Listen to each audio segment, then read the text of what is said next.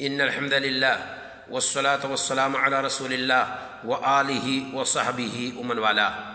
معاویہ بن ابی سفیان رضی اللہ تعالیٰ عنہ کی فضیلت کی چھٹی وجہ کیا ہے؟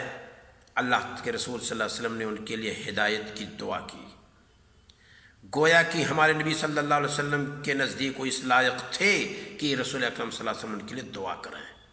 آپ ذرا دیکھیے، ہمارے نبی صلی اللہ علیہ وسلم نے دعا کرتے ہوئے کہا اللہم اجعلہ ہادیا مہدیا، اے اللہ تعالیٰ اسے ہدایت دینے والا، یعنی ہدایت کی طرف بلانے والا، مہدین ہدایت یافتہ، وہد بھی، اور اس کے ذریعے سے لوگوں کی رہنمائی فرما، ان کے ذریعے سے لوگوں کو ہدایت دے۔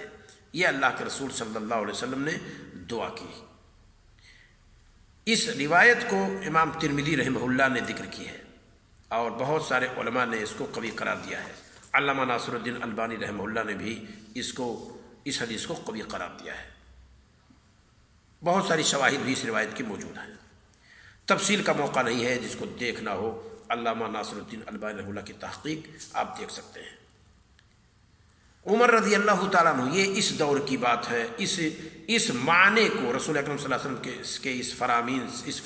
اس فرمان سے صحابہ ناواقف نہیں تھے۔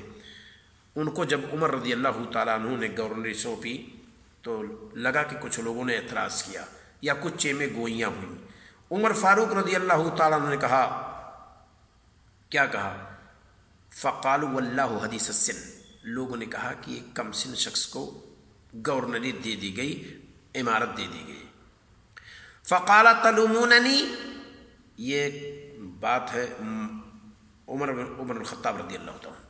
صحابہ میں تقریباً سب سے زیادہ شخصیات کو پہچاننے والے، افراد کو پہچاننے والے، بھانپنے والے عمر فاروق رضی اللہ تعالیٰ عنہ تھے، خاص طور سے عہدہ کے لیے، کون کس عہدے کے لائق ہے۔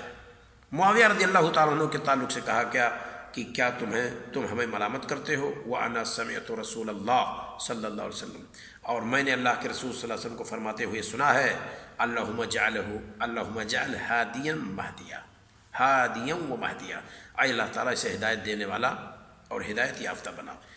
گویا کہ عمر فاروق رضی اللہ تعالیٰ عنہ امیر معاویہ رضی اللہ تعالیٰ عنہ کے حق میں اس دعا کو صحیح مانتے تھے کہ نبی کریم صلی اللہ علیہ وسلم نے یہ دعا ان کے لیے گویا کی ہے۔ تو جب نبی کریم صلی اللہ علیہ وسلم نے ان کے لیے دعا کی ہے اور ہم نے ان کو یہ عہدہ دیا ہے، تو ہم نے غلطی کیا کی ہے؟ ہمارے نبی صلی اللہ علیہ وسلم اگر ان کے لیے ہدایت کی دعا کرتے ہیں تو اس طرح کی روایت بھی موجود ہے، اور اس کو بہت سارے علماء نے ذکر کی ہے اور بعض علماء نے اس پر کلام کیا ہے، لیکن شواہد کی بنیاد پر دونوں روایتوں کو قوی قرار دیا گیا ہے۔ گویا کہ معاویہ رضی اللہ تعالیٰ عنہ کی فضیلت کی چھٹی وجہ ہے کہ ہمارے نبی صلی اللہ علیہ وسلم نے ان کے لیے ہدایت کی دعا کی ہے، ان کو ہدایت دینے والے کی حیثیت سے دعا کی ہے، ان کے لیے اس لیے دعا کی کہ اللہ تعالیٰ تو ہدایت یافتہ معاویہ بن ابی سفیان کو بنا دے۔ یہ ہمارے نبی صلی اللہ علیہ وسلم کی دعائیں ہیں۔ ہمارے نبی صلی اللہ علیہ وسلم مستجاب الدعوات تھے، جو دعا کرتے تھے رب العالمین قبول کرتا تھا، اس میں کوئی شک نہیں۔ امیر معاویہ رضی اللہ تعالیٰ عنہ سے 40 سال گورنر رہے، امارت سونپی گئی، اور مسلمانوں کے خلیفہ سن 41 ہجری میں حسن رضی اللہ تعالیٰ عنہ جب خلافت سے دستبردار ہوئے، جس کو عام الجماع کہا جاتا ہے، اجتماع کا سال 41 سے لے کر کے 60 ہجری تک معاویہ بن ابی سفیان رضی اللہ تعالیٰ عنہ مسلمانوں کے متفق علیہ خلیفہ رہے، اور ان کو خلیفہ اس نے مان لیا جس کو لوگ امام سمجھتے ہیں۔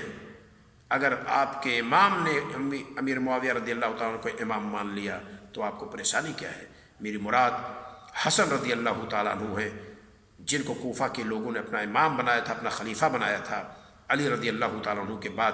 تو اگر حسن رضی اللہ تعالیٰ عنہ اس لائق سمجھتے تھے امیر معاویہ رضی اللہ تعالیٰ عنہ کو کہ خلافت ان کے ہاتھ میں دے دی جائے اور لڑائی جھگڑا ختم ہو جائے اور مسلمان سب ان کے پیچھے چلیں، سب ان کی اقتداء کریں، ان کی قیادت کو تسلیم کریں، تو کسی اور کو حق کیا ہے کہ کوئی بولے اور ان کے خلاف چیمیں گوئیاں کرے؟